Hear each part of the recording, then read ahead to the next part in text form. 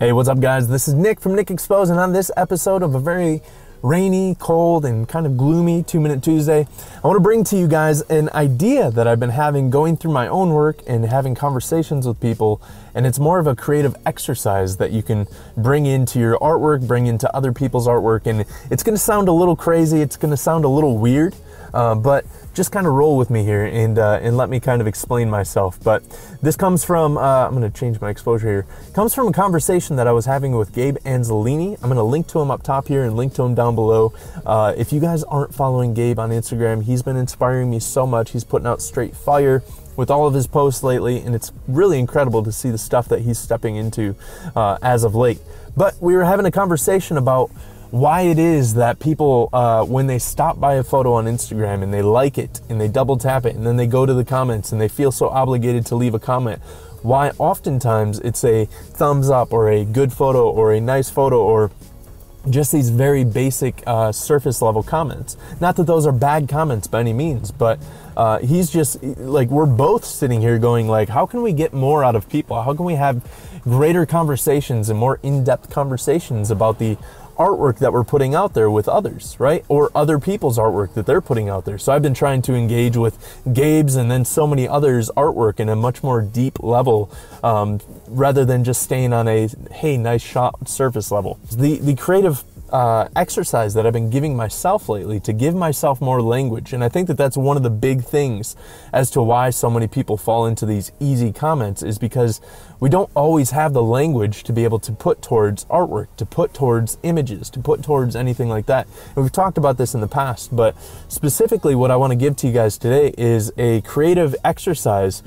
For myself, I gravitate towards coffee, towards fine wines, or any of these different things, and I start dissecting what it is, even craft soda and all these different things, teas, start dissecting what it is that I'm actually, experiencing on the palate, right? Oh, there's this type of nut, or oh, I can taste the plum here, or whatever it might be.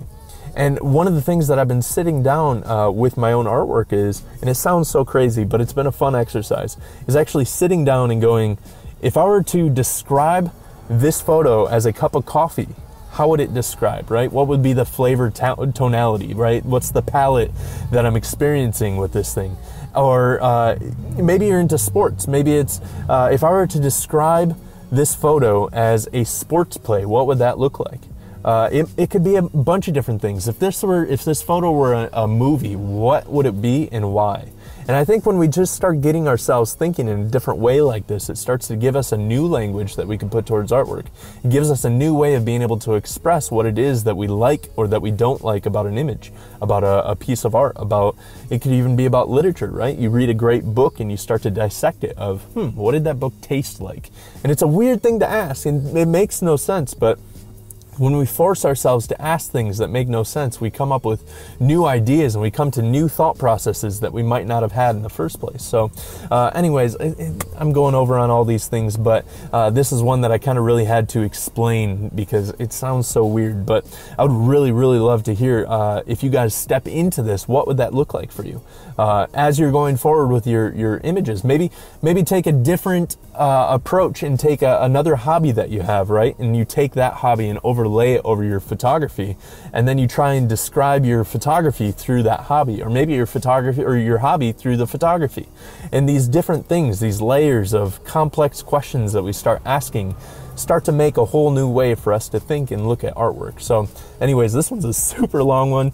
I'm probably going to get some flack in the comments down below from all my peeps, but anyways, I'd love to hear you guys' comments down below. And then today we're also going to do the live stream. I missed you guys last week. We didn't do the live stream last week. We didn't do a 2-Minute Tuesday, but I'm back. I'm so excited to talk to you guys today. And Instagram just launched a new feature on the Instagram Live to where I can actually call people on. I can pull people on to the live stream and we can do a face-to-face thing. So we might play with that this week. I don't know. I'm really curious. I haven't done a live stream with it yet, but I'm really curious to see how we can use that with these 2-Minute Tuesdays, and maybe doing live question and answers, or maybe pulling on people and having live conversations about this. So if you guys have any thoughts on that as well, leave those in the comments down below. I look forward to seeing you over on Instagram Live at 5 p.m. Eastern Standard at Nick Exposed. And until then, yeah, go describe your cup of coffee photo. You know, your photo is a cup of coffee, and I look forward to hearing how you think about my harebrained ideas on this kind of stuff. And we will talk soon. Until then, I love you guys. Peace.